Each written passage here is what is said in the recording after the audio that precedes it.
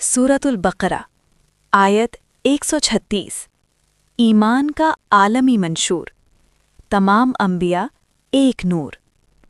कूलू आमन्ना बिल्लाहि वमा उन्जिला इलैना वमा उन्जिला इला इब्राहीमा व इस्माईला व इसहाका व याकूबा वल अस्बाती वमा ऊतिया मूसा व ईसा वमा ऊतिया नबियूना मिर रब्बिहिम ला नुफर्रिकु बैना अहदिम मिनहुम व नहनु लहू मुस्लिमून।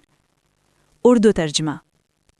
कह दो, हम अल्लाह पर ईमान लाए और उस पर जो हमारी तरफ नाजिल किया गया, और जो इब्राहीम, इस्माईल, इसहाक, याकूब और उनकी औलाद पर नाजिल किया गया, और जो मूसा और ईसा को दिया गया, और जो तमाम नबियों को उनके रब की तरफ से दिया गया। हम उनमें से किसी के दरमियान फ़र्क नहीं करते और हम उसी के फरमाबरदार हैं। बिस्मिल्लाहिर्रहमानिर्रहीम। ये आयत दरअसल ईमान का आलमी मंशूर है। ये आयत हमें ये नहीं सिखाती कि किस नबी को मानना है, बल्कि ये सिखाती है कि ईमान कैसे माना जाता है। अल्लाह ताला फरमाते हैं, कह दो हम अल्लाह पर ईमान लाए। ये ईमान किसी नस्ल, किसी कौम या किसी ज़माने तक महदूद नहीं। फिर कुरान एक एक करके तमाम अंबिया का जिक्र करता है और आखिर में एक जुमला आता है जो इस आयत की रूह है। ला नुफर्रिकु बैना अहदिम मिनहुम। हम किसी नबी में फ़र्क नहीं करते। रूहानी नुक्ता। फ़र्क करना दरअसल इंसानी अना का काम है। ईमान जमा करता है जबकि अना तक़सीम करती है। अल्लाह के नज़दीक सब अंबिया एक ही नूर के मुख्तलिफ चराग हैं। चराग अलग हो सकते हैं, रोशनी एक है।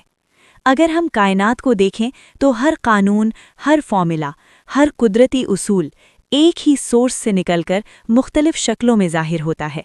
रोशनी कभी फोटोन कहलाती है, कभी लहर, कभी तवानाई, लेकिन असल में वो एक ही हकीकत है। इसी तरह वही नाम बदलते रहे, ज़बानें बदलती रहीं, ज़माने बदल गए, लेकिन पैगाम एक ही रहा। अल्लाह को मानो, इंसान बनो, अदल कायम करो। वनहनु लहू मुस्लिमून। यहाँ मुस्लिमून का मतलब सिर्फ एक मजहबी शनाख्त नहीं, बल्कि कायनाती हमाहंगी है। मुस्लिम वो है जो अपनी मर्जी को अल्लाह के कानून के साथ अलाइन कर दे। जैसे कायनात का हर ज़र्रा अपने रब के हुक्म का ताबे है, वैसे ही मोमिन भी रज़ा में दाखिल हो जाता है। आज के इंसान के लिए पैगाम। ये आयत हमें ये बताती है कि हकीकी ईमान नफ़रत, बरतरी और तास्सुब पैदा नहीं करता, बल्कि वुसअत, आजिज़ी और वहदत पैदा करता है। जो सब नबियों को मानता है वो किसी इंसान को हक़ीर नहीं समझ सकता।